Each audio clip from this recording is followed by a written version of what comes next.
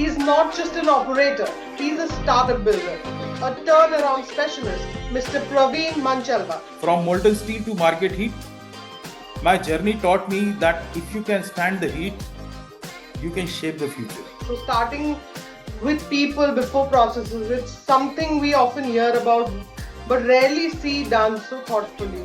In the high stakes of world of mining and metals, I learned early that compliance isn't a department; it's a culture. Actually.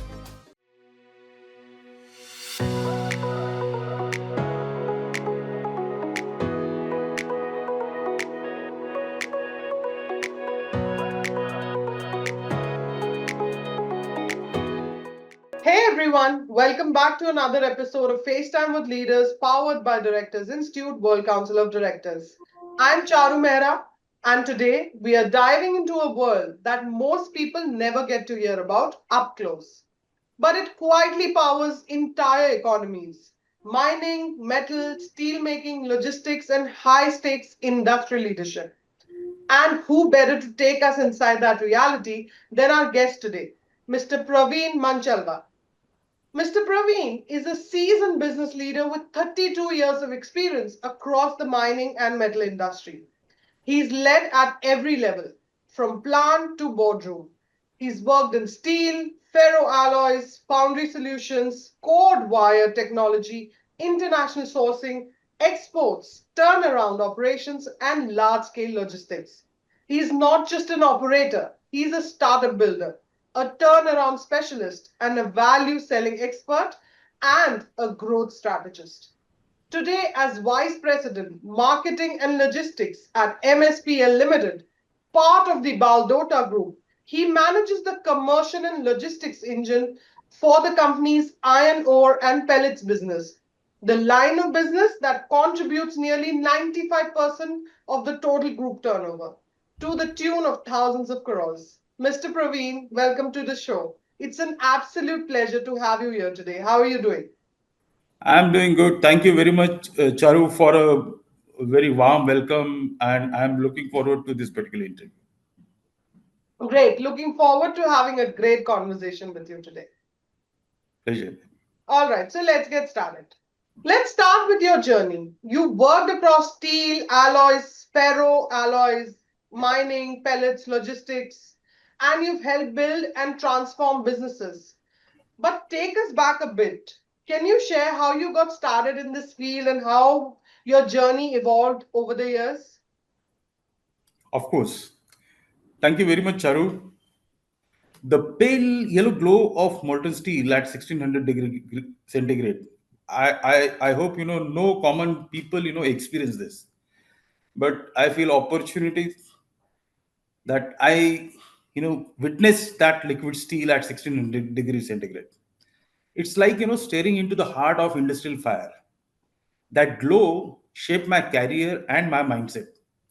My journey began at Tata Steel, where values were much more stronger than steel itself. Mhm. On the shop floor, I earned a nickname, terrorist of the shop floor. It was not an insult, it was a badge of honor. It means, I was relentless, disruptive, unwilling to settle for mediocrity. I spent years mastering the basics, learning where theory meets molten metal, and where leadership is forged in heat and grit. Mhm. Then came the transition from the heat of the shop floor to the fire of the marketplace. Marketing was a different word altogether for me. Right. I felt miserably at first. For almost a year, I could not crack a critical deal. It was frustrating, and I feared of losing my job. But that failure taught me something really powerful. Mhm. Perseverance and patience are non negotiable in sales. Wow. Selling on high value in India is very, very tough. In fact, value selling is altogether a new concept to the India those days. Our client wanted proof, but not promises. Right. No, prices were dominating the conversation. In fact, I realized that I was not selling a product, I was selling outcomes, Mhm. impact, and that transformation. Wow. And For your information, we developed a market of silica ramming mass with boron oxide. It was first time in India, which was used for induction furnace lining.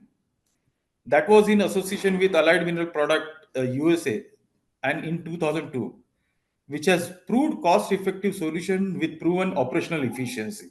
Right. From molten steel to market heat, my journey taught me that if you can stand the heat, you can shape the future. And the recipe for that is trust, consistency, and courage, which are the real alloys of success. Wow. Wow, sir. You know what? When you were talking about the glow of that steel, I've just seen it in television. I can't even imagine what one must feel standing there and looking at that. And your story is so vivid, Mr. Praveen. You brought those early days alive, and it's so rare to hear a leader describe the steel industry with a kind of heart that you just did. You made this journey sound like a masterclass in transformation, both the grind and the glory. So congratulations on a successful journey so far, and thank you for sharing that with us.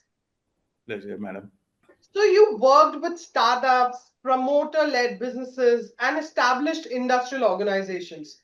You've stepped into places where things are high stakes, high volume, and high pressure.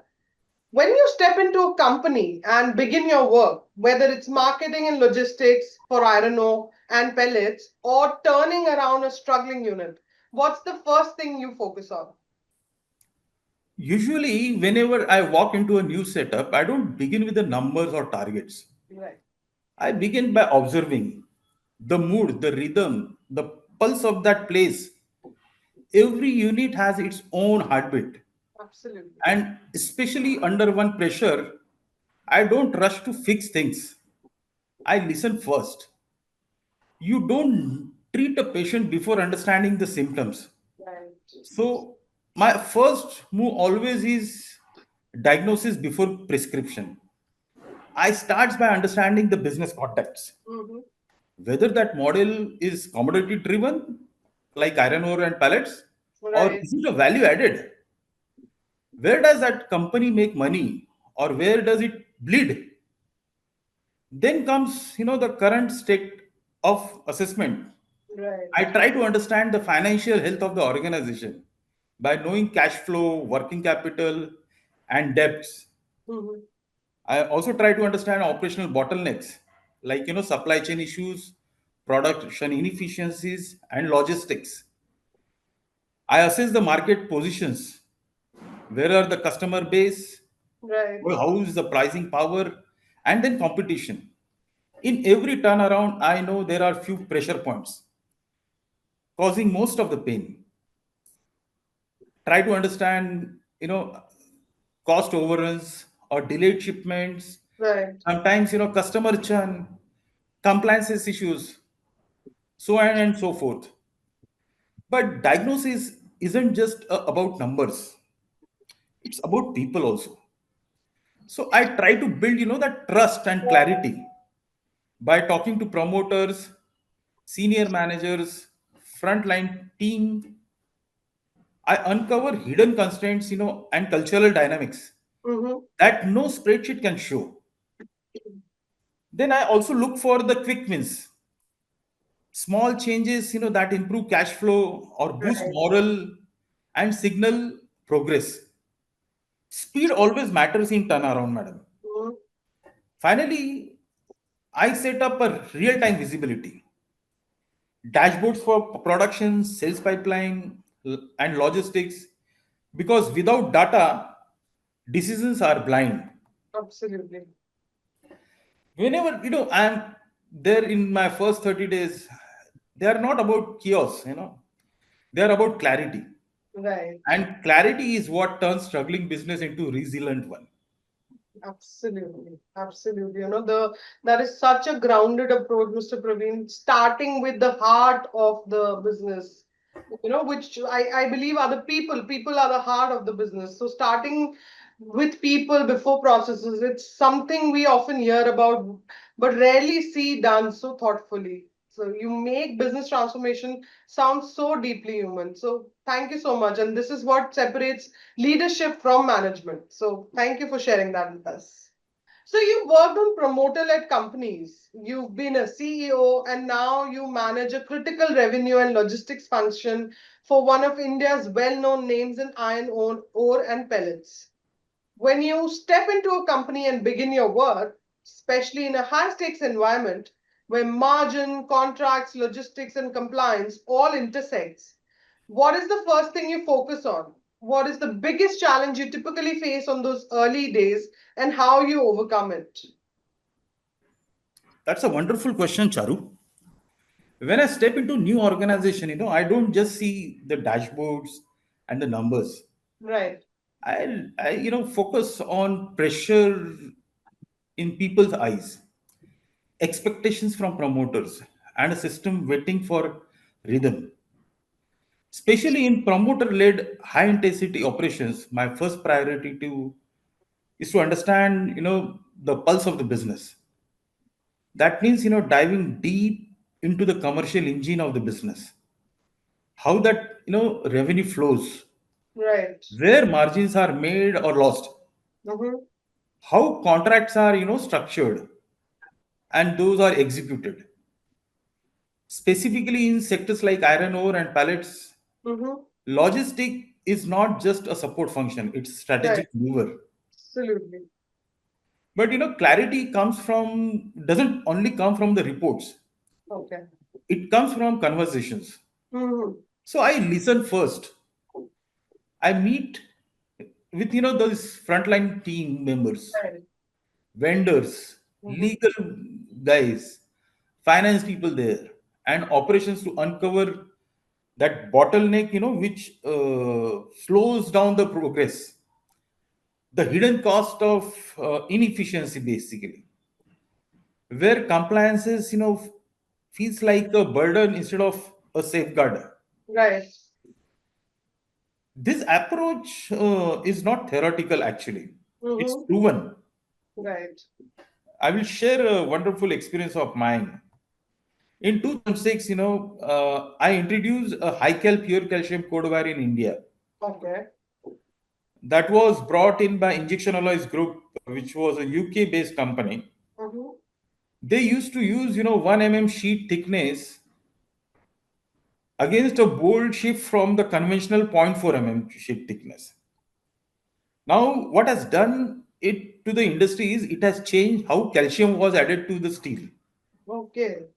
And that has been, almost everywhere in the world.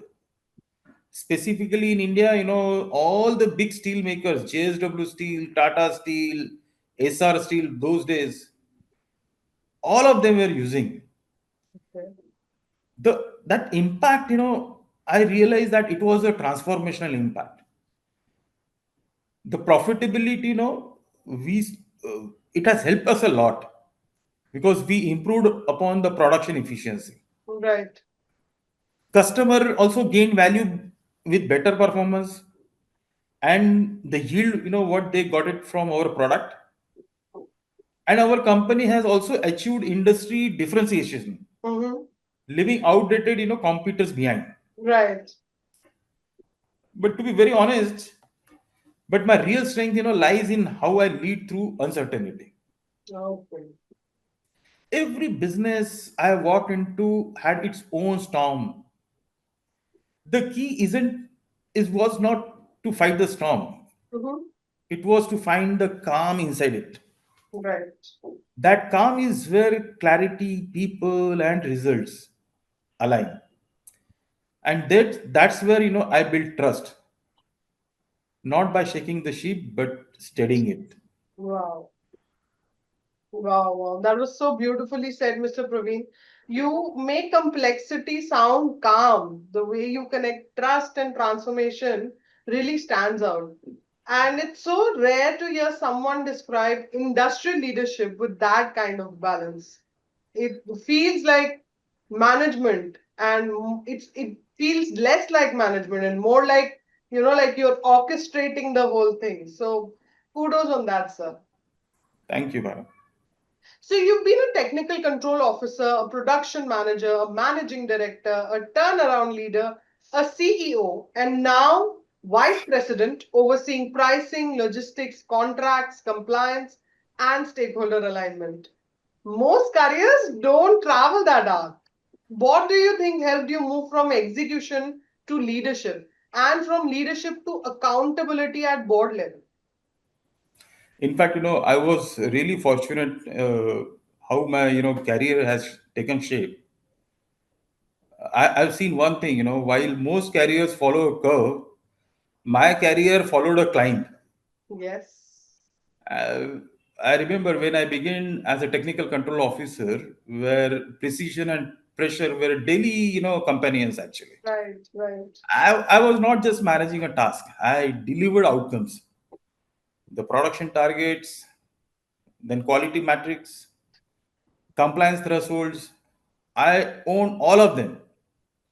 That ownership, I think, built credibility. right. And credibility earned trust. Mhm.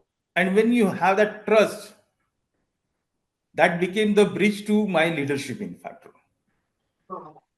Wow. As I step into, roles like production manager and later on managing director with injection alloys, all together, my whole view got changed. The problems were Wow. much bigger, Mhm. but so was my own perspective. I Right, learned to zoom out, from daily operation to quarterly strategy, from individual performance to team culture, right. from reacting to issues to preventing them. I used to ask, many questions. I listen more deeply to each and everyone there Right. and made decisions that balance urgency with the long term value. Okay. Then came the lead to CEO and now as a vice president, where the challenge was not just leading, it was, aligning. It was aligning pricing, logistics, contracts, compliances, and stakeholder relationship. Right. Each function had its own rhythm, madam.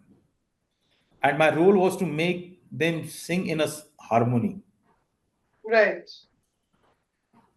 Charu, I must tell you, when I started speaking the language of risk and return, Mm-hmm. anticipated, market shifts, I built systems that, scaled without breaking. Wow. But above all, I understood at this level, leadership wasn't about control. Mm-hmm. It was about stewardship. Yes. I didn't just represent a department, I represented a business. Right. Right. Every promotion or every move that you've achieved, I Hmm. feel that you've not considered it like a promotion. You considered it like more like responsibility accepted, and you this is how you've acted, and this really shows that how hands-on craft becomes strategic muscle. So that's so grounded, such a grounded approach, and kudos on that, sir. Thank you, madam. And offline, I mean, off the script, I have actually never, met a leader who's gone through so many, positions and have, fulfilled so many responsibilities in their career. So actually, kudos on that, sir. Thank you, madam. I must tell you one thing. I'm one of the metallurgists on the earth who has visited almost all the steel plant in the world. Wow, wow, wow. That's huge, huge. I had been to each and every continent, and I feel really fortunate. Whatever is happening with a very great intentions. Sir, it's actually also a lot depends on how the person is, like how you are. So you are capable enough And that is the reason you got those opportunities and you were able to fulfill that. So obviously, Probably. no, no, sir, that definitely plays a role. Thank you. Luck can't take you everywhere. It can help you to a certain extent, but then it's on your caliber and how you, take use of those the opportunities that are given to you. Absolutely, absolutely. Agree. So at D&H India, you took what were considered loss-making units and turned them profitable by diversifying into stainless steel wire and corded wire, building a new division and even developing machines in-house that improved productivity by around 80%. That is not cost cutting, that is redesign. How do you lead a team through that without breaking morale? Uh, Charu, D&H India opportunity was a very, very great thing in my whole career, in fact. I remember those days, I was leading a team wherein, I was trying to redesign instead of, mere cost cutting. Right. And that was completely a different leadership challenge. Agree. It's about, shifting mindset from survival Right. Right. and to that innovation. When I walked into the company, that the winds of change were already swirling there. Okay. The business was facing pressure actually. They were working with outdated models, the business margins were shrinking, and the workforce unsure of what, is lying ahead. Right. But instead of, fighting the storm, I searched for the calm within it. I remember I began by asking the most important question: why? Yes. Why was that current, business model was unsustainable? Mhm. Why did that change, matter was important? Right. But with clarity and conviction, I painted a vision of success, profitability, market leadership, and that growth, backed by data and real stories. Actually, I was not, dictating solutions in fact. I invited the team to, brainstorm the things. Wow. We had, developed diversification strategies, Okay. and their fingerprints were all over the transformation, Mm-hmm. and that has helped that moral to soar actually. I framed that shift not as a cut but as a growth. Wow. I remember, when we developed that new stainless steel wire technology, uh, that has, opened up various different, avenues for us. Right. Right. New markets, new career paths, and all of a sudden, this change was felt like opportunity by everyone in the organization. Wow. Wow. When that first in-house machine, boosted productivity by 20%, Mm-hmm. I made sure it should not go, unnoticed. We celebrated, even those small wins, Mm-hmm. and that progress was a really, joyful moment for every one of us. I'm sure. I'm sure. Wow. But in the process, what you happen is I protected the core values. Yes. Whenever you develop few good things, people have a fear of job security. Yes. Communicating, transparently about what would change and what would not has proven a cultural of experimentation actually. Mm-hmm. Those days, we rewarded all the initiatives, Okay. even though they were not perfect. And that fear of, losing something actually gave way to curiosity. Okay. Okay. And I led by example actually. Mm-hmm. I used to walk on the shop floor, listening. I used to show up there, my presence there. And that has helped me build trust. Right. And my actions, was responsible for, building that belief. In the end, that storm didn't break the business. It reshaped it actually. And because when people feel included, informed, and inspired, change becomes a mission which we all own, in fact. Wow. Yes, absolutely. That's such a brilliant thing you did. You made it sound like less like a turnover, more like the reinvention from inside out, Mr. Pravin. And I also love how you made innovation feel human, not driven by consultants or budgets, but by the people on the floor. The way you said you incentivized all the initiatives, you celebrated small wins, you gave people clarity. So these small things actually motivated the team also to work towards a common goal and successful mission.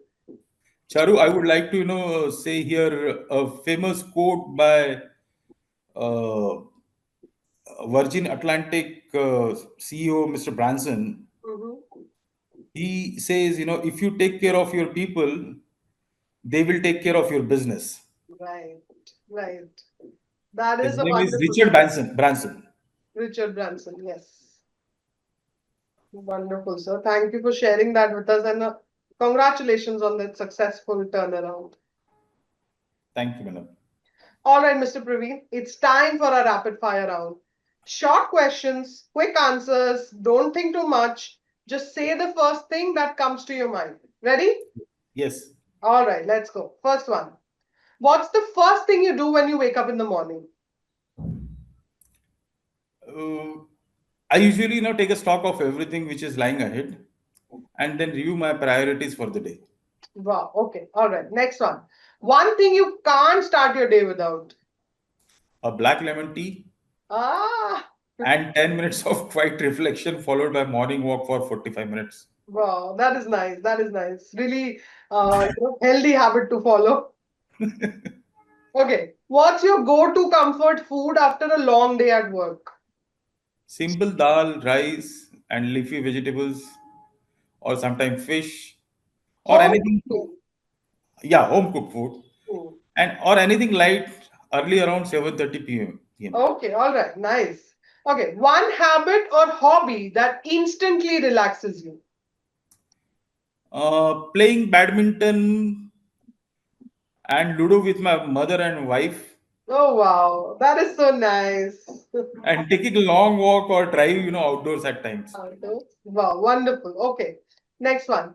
A book, movie, or a quote that has influenced your leadership style. The movie is Chuck the India, Check in, yeah. and the famous quote which I have been admiring always: "Your customer is loyal with the price of the product and not with you." Not with you. That is a good one. I've seen Wow. all across. I'm sure. I'm sure. Okay, next one. If you weren't in the mining and metals industry, what do you think you'd be doing today? If I imagine, stepping away from mining and metals, I think I would probably gravitate towards, something that still involves, problem solving and innovation, and also to make difference in the life of people. Wow, you're a giver, sir. You want to give back to the society. Of course, Wow, that's really nice. Okay, next one. One person, business or personal, who inspires you every day. Mr. Ratan Tata, Yes, where ethics, with scale is rare and powerful. absolutely, absolutely. Okay, last one. A song that never fails to lift your mood. There are plenty, but आने वाला पल जाने वाला है. by Kishore Kumar, from Gulmal. Right, right. That is a very beautiful song. All right, that was fast, fun, and surprisingly insightful.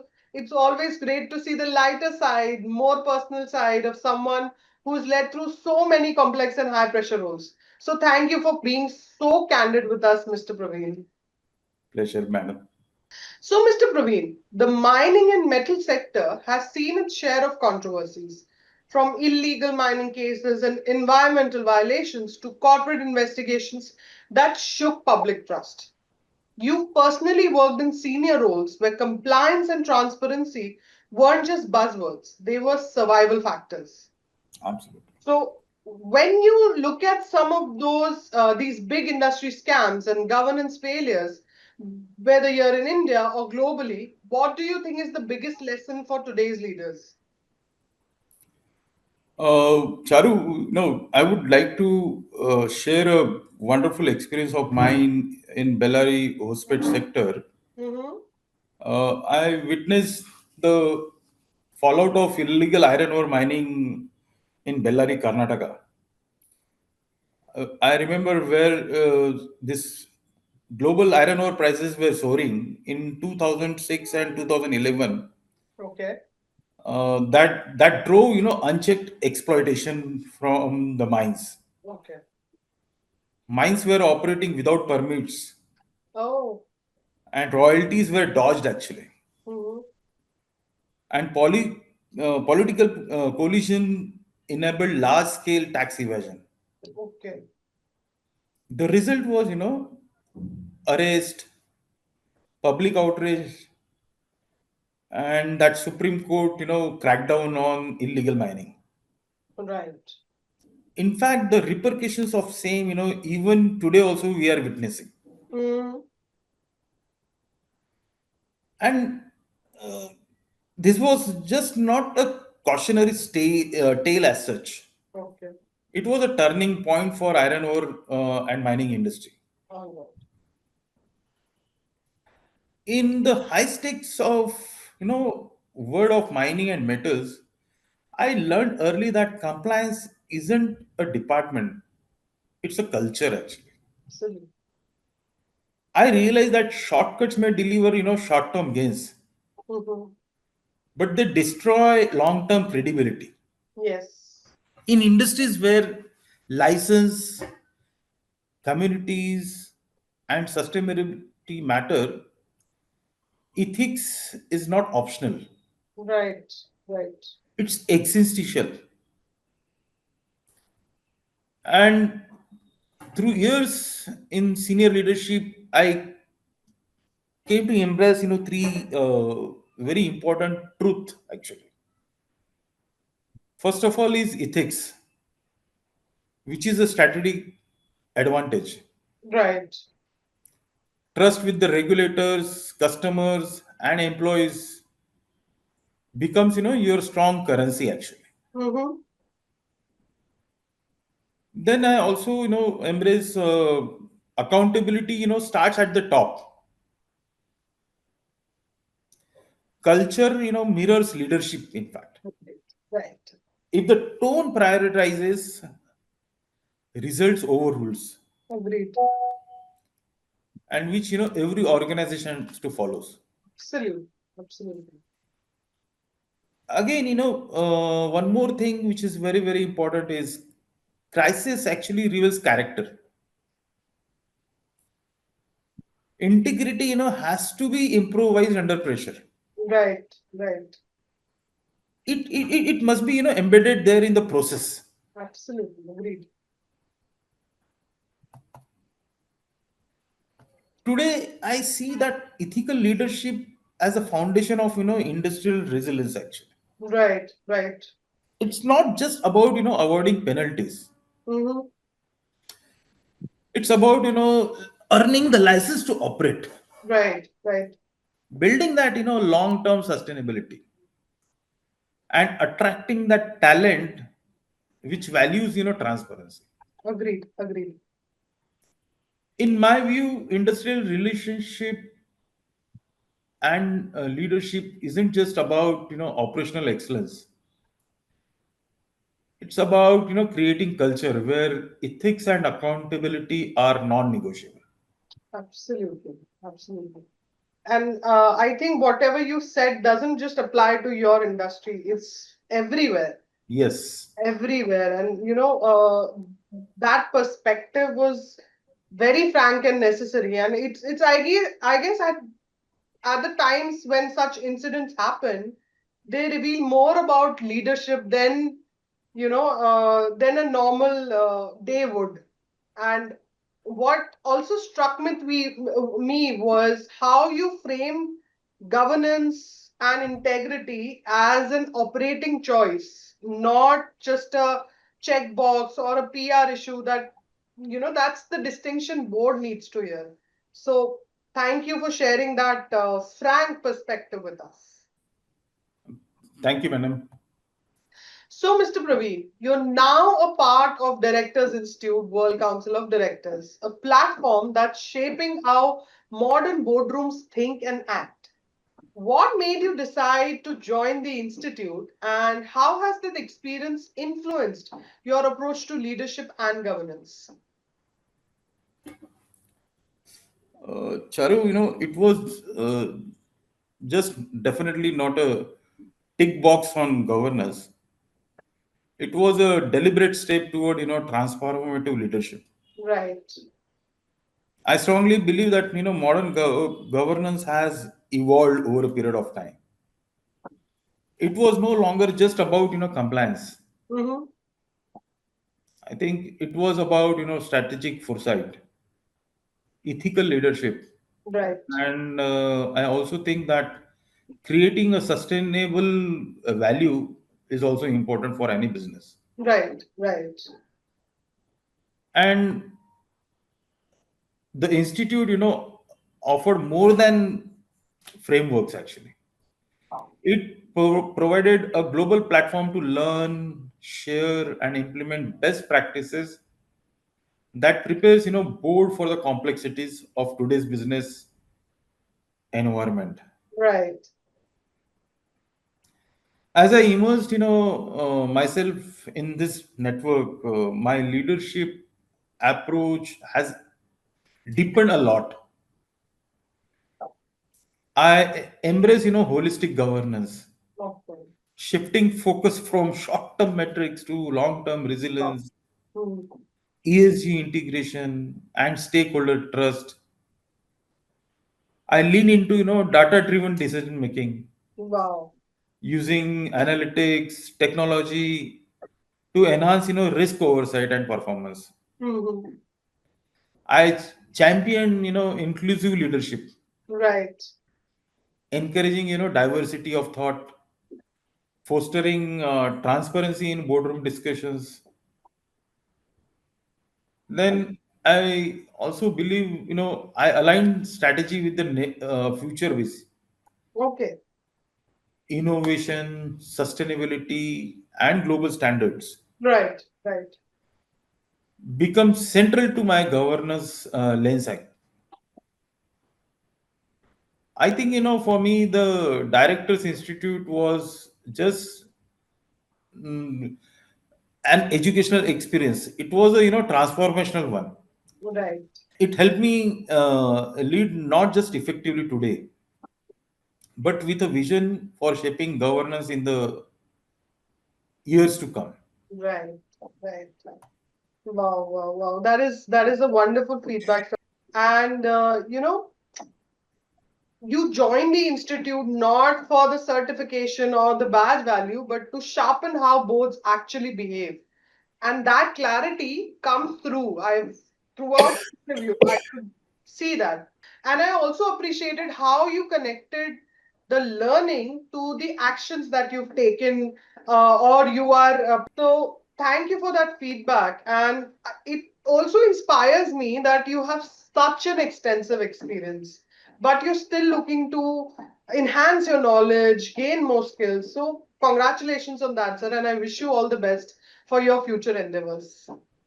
Thank you very much, Charu, and it was really pleasure talking to you about my whole career and how I shaped myself Yes. through last 32 years, basically.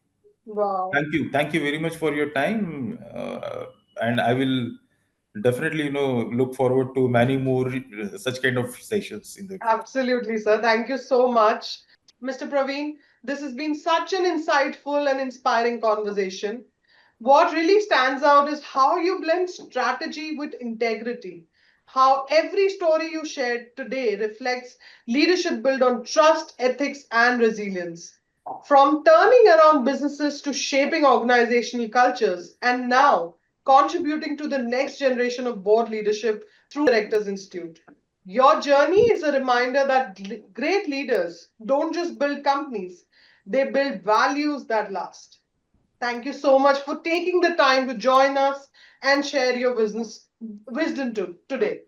It's been an absolute pleasure having you on FaceTime with Leaders, powered by Directors Institute World Council of Directors. Thank you, Anam.